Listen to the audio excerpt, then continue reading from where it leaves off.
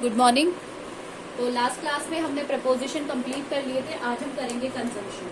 Conjunction are those words, वो शब्द जो दो शब्दों या दो वाक्यों को जोड़ने का काम करते हैं, उन्हें क्या बोलते हैं? कंजंक्शन बोलते हैं। तो डेफिनेशन देखें तो क्या होगी? The words which join two और more than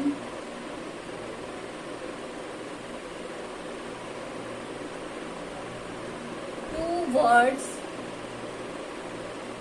or sentences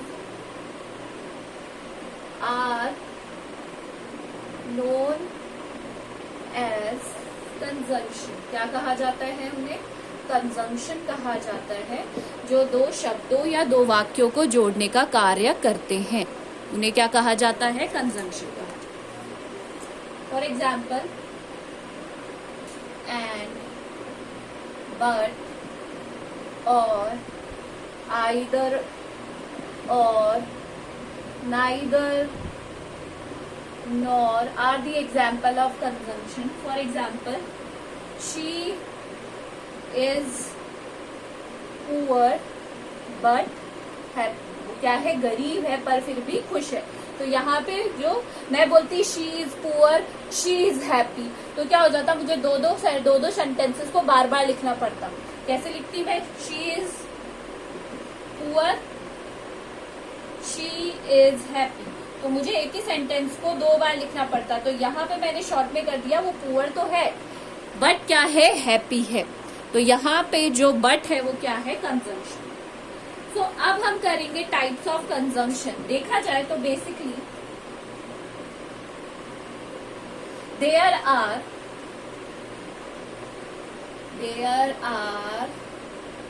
3 types of conjunction. कितने प्रकार के कंजंक्शन होते हैं? 3 प्रकार के कंजंक्शन होते हैं। सबसे पहला है आपका कोऑर्डिनेटिंग कंजंक्शन। कोऑर्डिनेट से करना मतलब होता है जिसमें सेम समान के शब्दों या वाक्यों का को क्या किया जाता है? कंबाइन किया जाता है। Which have similar status. Similar status मतलब एक जैसे होते हैं। कैसे? जैसे Neha and Seema are good friends. दोनों क्या है? बहुत अच्छी फ्रेंड्स है।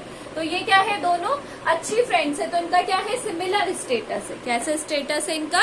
सिमिलर मतलब दोनों एक दूसरे की बहुत अच्छी फ्रेंड्स है। तो इसमें हमने क्या यूज में लिया है? एंड का यूज लिया है। दूसरा है साक्षी एज वेल एज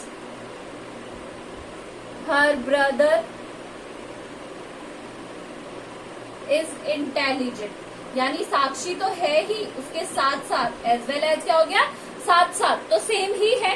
तो and, too, as well as, also, ये सारे किसके होते हैं? किसके एग्जाम्पल है? ये सारे कोऑर्डिनेटिंग कंजंक्शन के। किसके एग्जाम्पल है? Coordinating conjunction. अब बारी आती है हमारी जो दूसरे तरीके का कंजंक्शन है, वो है सबऑर्डिनेटिंग कंजंक्शन। सबऑर्डिनेट से आपको समझ में आ रहा होगा कि इसमें क्या होता है बेटा, कि एक combine the dependent, we combine the dependent clause with independent clause. हम क्या करते हैं? जो डिपेंडेंट क्लॉज होता है उसको इंडिपेंडेंट क्लॉज के साथ क्या कर देते हैं? ज्वाइन कर देते हैं, कंबाइन कर देते हैं। फॉर एग्जाम्पल जैसे हो गए, इसमें आते हैं अलग अलग तरीके के। जैसे टाइम के लिए आता है आपके पास बिफोर, आफ्टर, व्हेन।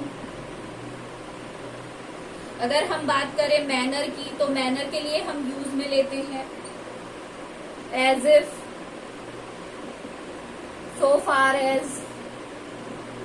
और अगर हम बात करें प्लेस की, तो प्लेस के लिए क्या आते हैं? Where, wherever. और अगर हम बात करें रीजन की, रीजन यानी कारण की, तो कारण के लिए हम यूज में आते हैं अनलेस, सॉरी बिकॉज,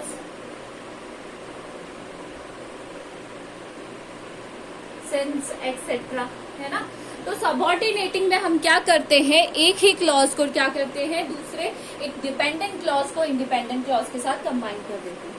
आया आपको समझ में? नाउ द लास्ट है हमारा कोरिलेटिव कंजंक्शन। कोरिलेटिव कंजंक्शन में हमेशा क्या होता है? दो क्लॉज एक साथ यूज में लिए जाते हैं। जैसे आगे देखते हैं हम कैसे यूज में लेंगे हम। थर्ड है हमारा कोरिलेटिव। कोरिलेटिव मतलब एक दूसरे से रिलेटिव। कोरिलेटिव मतलब एक दूसरे से relative. So correlative conjunction are used to establish some correlation. Used to establish correlation. Correlation मतलब आपसी संबंध बनाना। क्या बनाना? आपस में संबंध बनाना। कैसे? फॉर एग्जाम्पल देखिए, either और neither nor, neither I nor she attended the party। ना तो मैंने ना उसने पार्टी को क्या अटेंड किया। तो यहाँ पे हम क्या कर रहे हैं? एक कोरिलेशन ऑब्जर्व कर रहे हैं दो लोगों के बीच में, यानी मेरे एंड उसके बीच में। तो जितने भी इस तरीके के होते हैं, जैसे बट ऑल्सो, लेस देन, और कौन से हो गया? नॉट ओनली बट ऑल्सो, जो कि किस में यूज में आते हैं? रिलेशन में यूज में आते हैं। वो सब आते हैं कोरिलेटिव कंजंक्शन। तो आज हमारे कंजंक्शन कंप्लीट हो गए हैं। नेक्स्ट क्लास में हम हमारा जो पार्ट्स ऑफ स्पीच का लास्ट टॉपिक है वो है इंटरजेक्शन, वो कंप्लीट कर लेंगे। तो हमारे पार्ट्स ऑफ स्पीच के सारे कंप्लीट हो गए हैं, including noun, pronoun, adjective, adverb, verb हो गया हमारा, प्रेपोजिशन भी मैं करा चुकी हूँ, कंजंक्शन हो गया। अब हमारा लास्ट पार्ट बचा है इंटरजेक्शन। आज आप इसकी डेफिनेशन लिखेंगे और इसके टाइप की भी डेफिनेशन विद एग्जाम्पल करेंगे। This is all for today. Thank you.